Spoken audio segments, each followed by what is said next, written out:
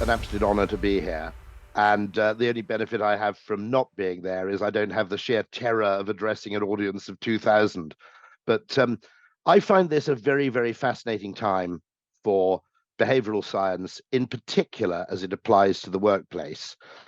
And one thing that strikes me as fundamentally important, which I will talk about, is the very interesting fact that previously your place of work and your hours of work were assumed to be non-negotiable, and therefore the only variable was effectively salary.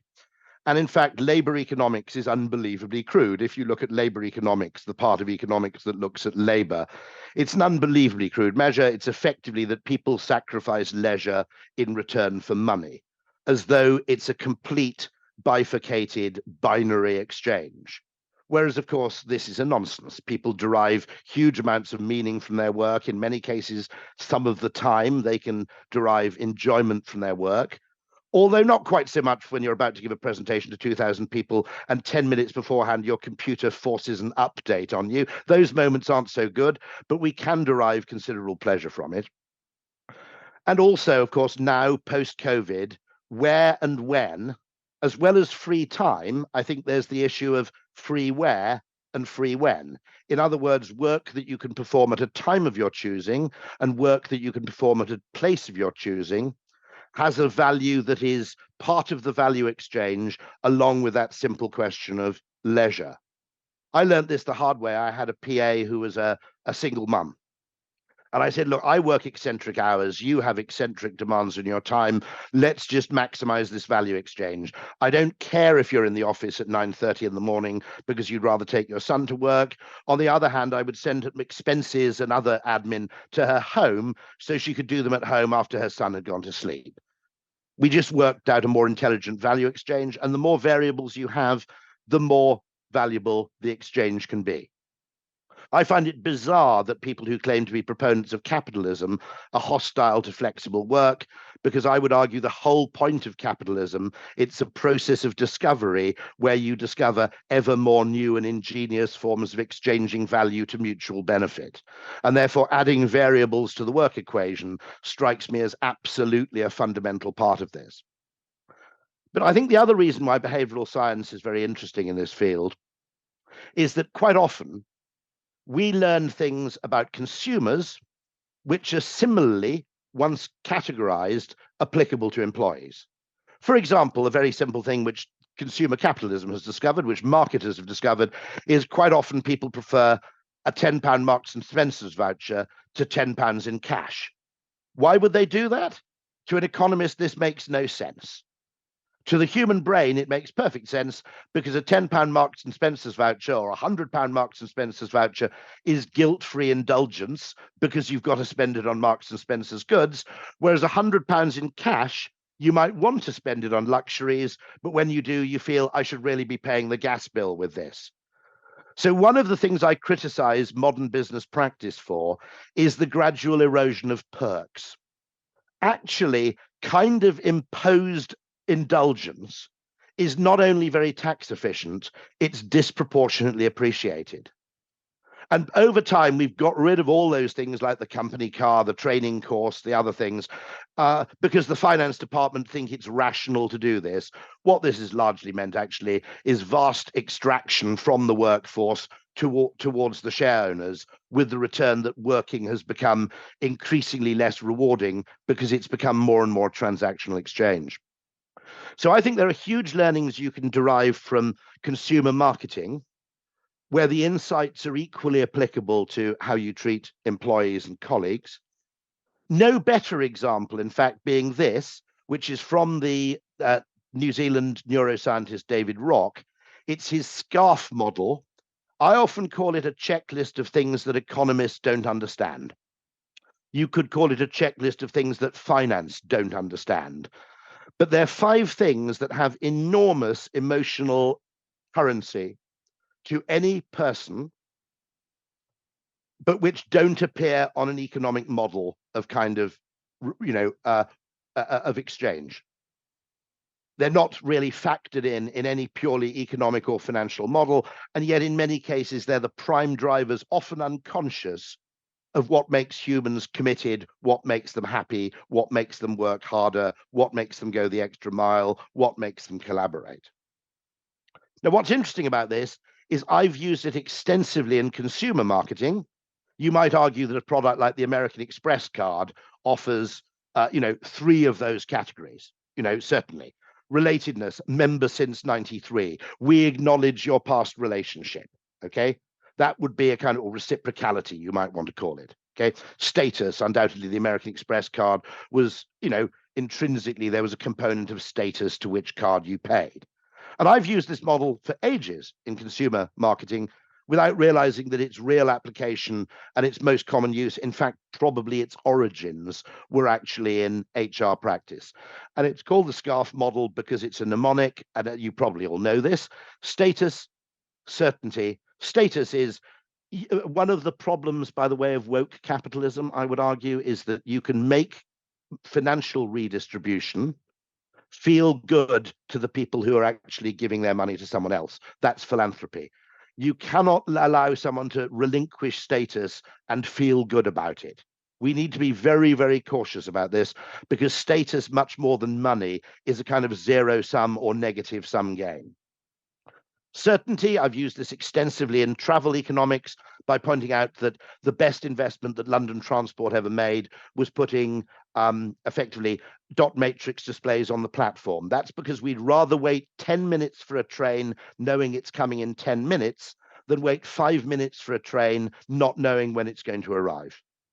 My best advice to British Airways in the 5 years we worked with them is if you can ever avoid putting up on a departure board delayed and put delayed to 1423, that's actually more important in psychological terms than fixing the plane faster. Autonomy, we massively care about the ability to exercise discretionary opinion. People prefer things they've chosen over the same thing when it's imposed on them. So people like to choose to do the right thing much more than they like to have an algorithm which demands that they do the right thing, even if those two things are the same. Relatedness, I'd also add reciprocality. It's, in other words, the extent to which you feel other people in your team have got your back. And fairness. I mean, there are lots of examples in fairness. I've spent a long time in consumer marketing campaigning against this business that if you miss your non-refundable advanced ticket train, your ticket counts for zero and you have to buy a full fare ticket. Fundamentally, people see that as unfair. A very large part of the brain cares about comparative fairness more than it cares about absolute reward. And there are loads and loads of behavioral science experiments about this. There's a wonderful experiment, Google it, I haven't got time to show it, involving capuchin monkeys, where if you give both monkeys cucumber in exchange for performing a simple task, they're happy doing it endlessly. If you give the one monkey grapes and the other one cucumber, monkeys prefer grapes, the other monkey who's being cucumber, even though it was happy to perform this task beforehand, gets into a sulk. By the way, the biblical parable of the vineyard is really a behavioral science lesson. Jesus, along with Aesop, were both brilliant behavioral scientists. It's really about this question of fairness. And I'll go back to this because I think I've used this all the time, thinking how useful it was in consumer marketing. It occurs to me that in anything involving HR or the motivation of teams, this is all five of these things are absolutely crucial. In consumer marketing, you might focus on two or three. I think in dealing with human beings, with colleagues, with employees, you've got to look at all five. And the question I'm going to ask, which is a tough one, which is HR and the bureaucratization of business decision-making actually contributing to the problem in many cases in all five areas? So is the attempt to reduce business decision-making to individual silos and to effectively formalize it and codify it, is this a case where the very existence and growth of HR is making things worse? Previously, you could genuinely feel as a boss that you had some control over the future well-being, security of your staff. Now, you basically go, I'd love to give you a pay rise, but HR says no. or finance says no. And I would argue this has led to a huge feeling of loss of autonomy. Now, in some respects, that's not a bad thing. In the worst cases, people abused autonomy very badly. Okay, I accept that. But nonetheless, the exercise of autonomy is a large part of the pleasure people derive from being good at a particular job. Um, Relatedness, I think it breaks down the relationships within teams. Very successful examples, including Shopify, have formed customer service teams of 10 people with one team leader. The size of 10 is modeled actually on sports teams as an optimal kind of size. I think it actually breaks the idea of fairness, because I think we have a world where, by the way, it often feels as if the people performing the core function for which the organization exists are endlessly being scrutinized and in many cases bossed around by people who have an administrative function who have far less understanding of what life is on the ground. And I think that violates fairness. And let's be blunt, I think the fact that between 2016 and 2023, salaries paid in the UK to HR professionals went in that short period from £15 billion a year to £25 billion a year. Okay. This is beginning to create a feeling that any gains to efficiency within the organization are absorbed by the practitioner, and the actual gains go to the expansion of an ever growing almost kind of oncological bureaucracy, which seems to be an administration bureaucracy, which seems to be growing at the expense of people who are doing the real work. I've got some examples of that coming up. So I've mentioned relatedness. It breaks down the feeling of mutual obligation within a team, because no one within the team really feels they have any power. They're simply servants of the algorithm. It violates fairness. It denigrates autonomy. It reduces certainty, because everybody now feels they're not a valuable member of society. They're just one bad quarter away from oblivion, and that their past record doesn't count in terms of their long-term promotion. The relationship between employer, this is really finance rather than HR, has become transactional, with people in a particular job assumed to be basically fungible and infinitely replaceable. Team dynamics are destroyed by this idea that you're no longer Rory Sutherland, you're, AD level 4. That has been undoubtedly damaging. And the consequent effect of this is that nobody really feels they have status. And the way I phrase this in my own life is that when I was hired as a very junior graduate trainee at Ogilvy in 1988, the people who made the hiring decision were or went on to be some of the most eminent people in creative advertising. When I'm fired in 2, 5, 6, 1 year's time, that all depends on the next financial quarter, the decision will be made by somebody in HR and somebody in finance. It won't be made by my peer group. Now, if you want to read up more about this, there's a great book about it. Unsurprisingly, I think it's written by an anthropologist. Gillian Tett, for those of you who are fans, writes in the FT extensively. She was an anthropologist in the absolutely classical sense of investigating tribesmen, ended up working in the FT, ended up bizarrely by chance looking at the anthropology of the JP Morgan mortgage trading division, and was one of the few people to predict the 2008 financial crash because of what she as an anthropologist saw about the internal habitus that was created within that particular culture. The fact that it was actually blind to anything outside its own metrics. It had no concept of context. It was, if you like, a self-fulfilling system of belief. And this book I really, really recommend. But I also point out the extraordinary growth in the adminosphere, which I think is actually part of the problem with the fact that people are finding work less and less motivating. Now, don't so much look at the graph there, although that is the cost of education versus median income. Most things, televisions, holidays, jet travel, etc., either have basically tracked median income or in many cases have actually been subject to deflation.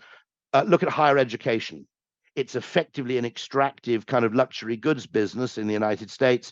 And quite rightly, the author here, Scott Galloway, points out that some of the increase in administrative spending is warranted. Expending excess to kids for different backgrounds requires more resources. I buy that. However, There is now a 10-to-1 ratio of MIT employees.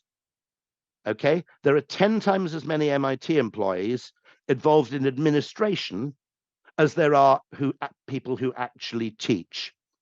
Between 1976 and 2018, the number of other professionals employed at colleges increased by 452%, while full-time faculty grew just 92%. A Cambridge historian I spoke to said, when I joined the history faculty at Cambridge, the entire administrative function was performed by a middle-aged woman who knew everything, as he described it. We now have serried ranks of desks stretching over the horizon. What is going on here? We need to ask.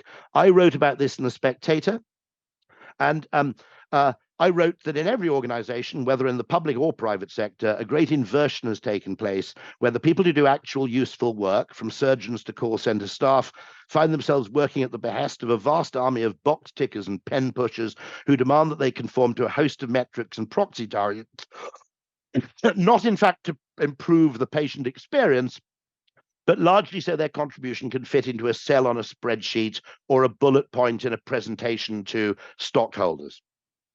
Although this caste often uses capitalist language, its principal achievement is a kind of Sovietization of the modern organization. As in the Soviet system, the people who report, quantify, and measure things end up with all the power, but none of the scrutiny.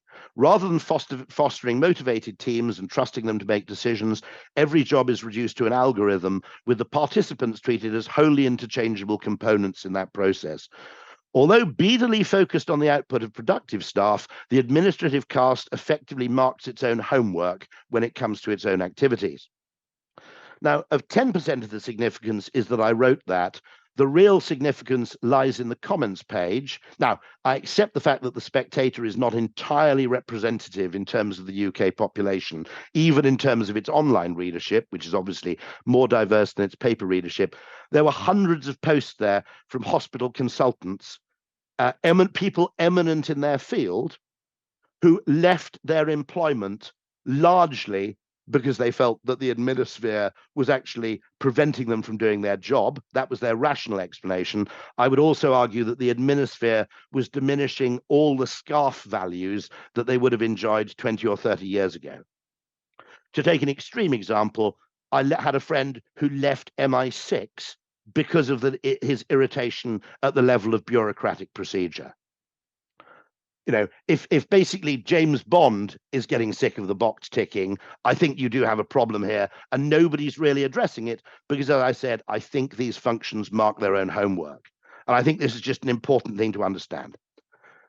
Now, what can we do? Okay, that's my pessimistic take. I'm going to end on a more optimistic note, because there are things you can do which are disproportionately valuable, and you can learn lessons here from behavioral science as applied to consumer marketing.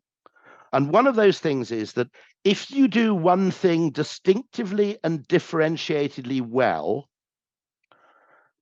it pays 5 times as much as if you do the same thing as everybody else. Look for a unique perk or benefit to offer your staff, which your competitors don't offer, and then magnify that to a huge extent. The reason for this is a quote from Citizen Kane. Mr. Carter, if the headline is big enough, it makes the news big enough. There's a fundamental insight in terms of human perception, which is logically we should pay attention to what's important. In fact, our brains work backwards, which is we deem important what we pay our attention to. And speaking to the marketing director of a London hotel chain, she said, we're a small boutique London hotel chain. We operate in Georgian buildings. The kitchens are very small. I'll be honest with you, our food isn't very good.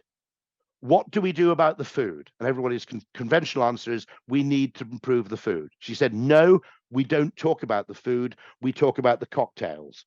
We have the best mixologist in London. All of our effort is devoted to focusing people on the cocktails. When people are focused on cocktails, you can serve averagely good or decent, but not amazing chicken wings, and nobody notices. So understanding this kind of disproportionality of attention is really, really interesting. The Doubletree Hotel, if you've stayed at a Doubletree Hotel, you get given a cookie when you check in. There's actually an oven underneath the check-in desk. The finance director's been trying to kill this for years. The marketing director winds him up, it usually is a him, by making the cookies bigger. It's brilliant because you don't expect it. One of the dumbest exercises that tends to be performed in businesses is benchmarking, which means you offer exactly the same thing your competitors do, which means that the perceived value is really small because it's neither seen as voluntary or particularly differentiated. The reason the cookie works is precisely because nobody expects a cookie. I'm a big fan of Turkish barbers, okay, in the UK. Trust me, 5 years ago, I never said, I really like my existing hairdresser. I just wish he'd flick burning methylated spirits in my ears, okay? The very fact that you do something unexpected has 10 or 15 times the power in some cases than if you do something that everybody else does. And that understand that on the right, this is the lift buttons in the now defunct Lidmar Hotel in Stockholm, where you didn't just choose the floor, you chose the lift music. Things like that, by attracting your attention, therefore attain greater importance and therefore attain a value that is out of proportion to their cost. This is a hotel, for example, in Los Angeles. It's called the Magic Castle Hotel. As you can see, it's nothing that special. Freakishly, however, it frequently comes in the top 10 of all Los Angeles hotels on TripAdvisor. Not because the rooms are particularly great, not because the architecture is completely great. It's actually a converted 1950s apartment building. The pool is nothing to write home about. But they do one of two amazing things. I haven't got time to read this all out. This is about the Magic Castle Hotel. If you really want to know about this, there's a book by Will Guidara called Unreasonable Hospitality, which is all about this phenomenon of do the thing well that people aren't expecting at all, and you get 10 times the brownie points you get if you do something that people are basically expecting or which has become table stakes. It does one, or actually, it's rather sweet that when you get your laundry back, you also get a sprig of lavender and a little smiley face, but that's a detail. The amazing thing it does is a popsicle hotline for your kids, where when your kids are by the pool, they can pick up a red telephone and someone comes out with a tray of free ice lollies, which are completely free.